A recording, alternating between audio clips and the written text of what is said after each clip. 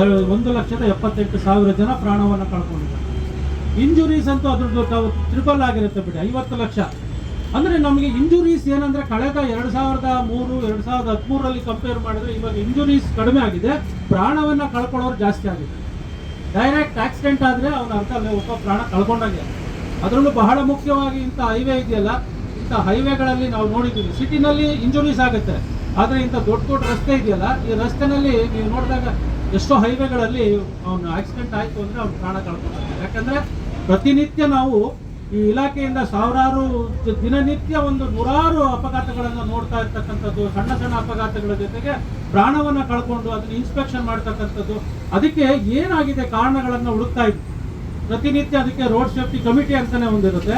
ಆ road safety ಕಮಿಟಿನಲ್ಲಿ ನಾವು ಪ್ರತಿಯೊಂದು ಆಕ್ಸಿಡೆಂಟ್ ಯಾವುದಕ್ಕೆ ಕಾರಣ, ಯಾವುದಕ್ಕೆ ಇದು ಒಂದು ಮನುಷ್ಯರ ಕಾರಣನ ಅಥವಾ ರಸ್ತೆ ಕಾರಣನ, ದೀಪ ಇಲ್ದಲೇ ಇರೋದು ಕಾರಣನ, ಕರುವು ತಿರುವು ಈ ಥರ ಎಲ್ಲವನ್ನೂ ಒಂದು ಸುಪ್ರೀಂ ಕೋರ್ಟ್ಗೆ ನಾವು ವರದಿಯನ್ನು ಒಂದು ಕಮಿಟಿ, ರೋಡ್ ಸೇಫ್ಟಿ ಕಮಿಟಿ ಕೊಡಬೇಕಾಗ್ತಾ ಇದೆ.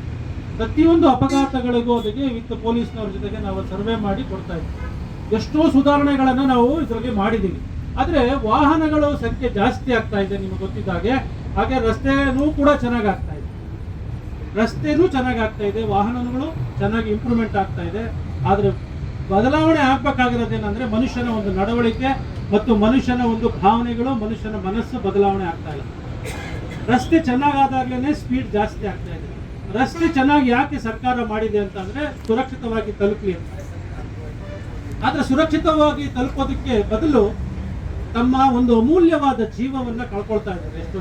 ಇವತ್ತು ರಸ್ತೆ ಮನೆಯಿಂದ ಇಂಥ ಕಡೆ ಹೋಗ್ತೀನಿ ಅಂತಂದ್ರೆ ವಾಪಸ್ ಬರ್ತೀನೋ ಇರೋ ಅಂತ ಹೇಳೋಕೆ ಆಗ್ಲಾರ್ದಂಥ ಸ್ಥಿತಿ ನಮ್ಮಲ್ಲಿ ಉಂಟಾಗ್ಬಿಟ್ಟಿದೆ.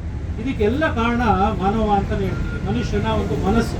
ಈ ಮನಸ್ಸಿನ ವೇಗದಿಂದ ಅಪಘಾತಗಳು ಜಾಸ್ತಿ ಆಗ್ತಾ ಇದೆ. ಯಾಕೆಂದರೆ ಬಹಳ ಮುಖ್ಯವಾಗಿ ಅವ್ರು ಹೇಳಿರೋ ಪ್ರಕಾರ ಒಂದು ಲೇನ್ ಡಿಸಿಪ್ಲಿನ್, ನಾವು ಪಥದಲ್ಲಿ ನಾವು ಲೇನ್ ಡಿಸಿಪ್ಲಿನ್ ಕಾಪಾಡ್ದಲೇ ಇರ್ತಕ್ಕಂಥದ್ದು. ಆ ರಸ್ತೆಯಲ್ಲಿ ಹಾಕಿರ್ತಕ್ಕಂಥ ಪಟ್ಟಿಗಳಿರ್ತಲ್ಲ, ಅದನ್ನು ನಾವು ಫಾಲೋ ಮಾಡೋಕ್ಕಾಗ್ತಾ ಇಲ್ಲ. ಸ್ಪೀಡನ್ನು ಕಂಟ್ರೋಲ್ ಮಾಡೋಕ್ಕಾಗ್ತಾ ಇಲ್ಲ, ಓವರ್ ಸ್ಪೀಡಿಂಗ್. ದ್ವಿಚಕ್ರ ವಾಹನಗಳು ತಲೆಯಲ್ಲಿ ಹೆಲ್ಮೆಟ್ ಆಗ್ತಲೇ ಓಡ್ತಕ್ಕಂಥ.